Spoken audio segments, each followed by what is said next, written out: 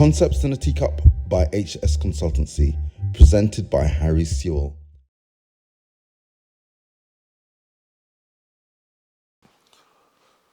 So what's wrong with the colourblind approach?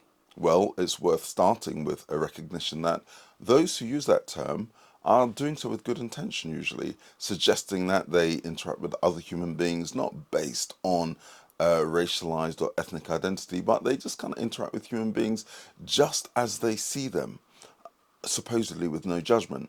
Now, it would be great if that were possible, but there are kind of two main issues with the colourblind approach that I do want to just attend to here.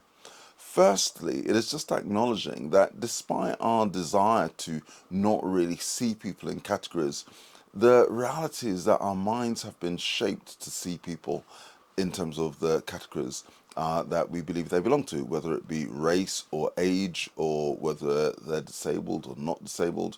There are so many aspects of another that we see or perceive to be seeing, and there are associations linked to those characteristics, and those associations tend to be really strong, as would be the case with race. So researchers into the unconscious have demonstrated over and over again that we see someone, that our minds will place them into a racialized category, and then a whole range of other assumptions might just kick in, whether or not we believe this person to be good at sport, or whether they might be good at mathematics, or whether or not they've got great leadership qualities. There are particular characteristics that are very firmly linked in our minds, and those come into play whether we're kind of conscious of it or not.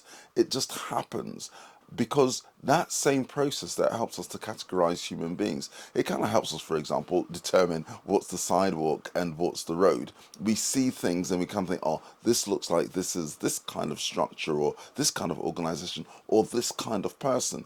And it kind of helps us navigate the world quite comfortably most of the times. So we can't just suddenly opt out of that process. It is so intrinsic to the way in which we operate. The other aspect of the colourblind approach, which is problematic, is that we could kind of start by asking the question, blind to what colour? If we see everyone and we assume that we all kind of have a common experience, in some way invalidates the uniquenesses of what it means to be living with a particular perceived racial identity.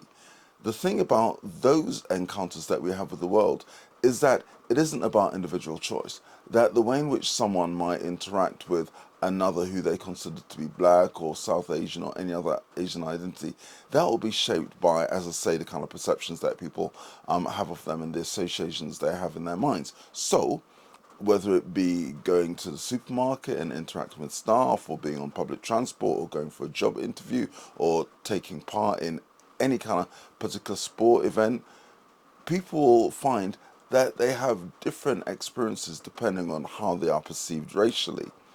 And sometimes that is to the detriment, and we've kind of seen evidence of that in reports looking into mental health, about the way in which some black patients, black people who use services, have received, I don't know, restraint or the amount of medication. There are kind of factors in research that demonstrate that being perceived as black or Asian does make a difference to the way in which people relate to you.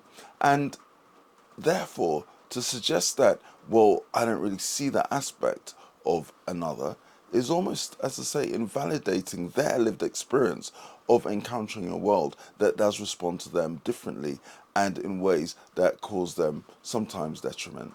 So, yeah, I kind of hope that was really helpful. It's not to kind of judge others to say, well, when you use the term colorblind, you're evil and you've kind of, been intentionally trying to denigrate another. It really is saying, yeah, for all the good intention, there are some problematic aspects with that term.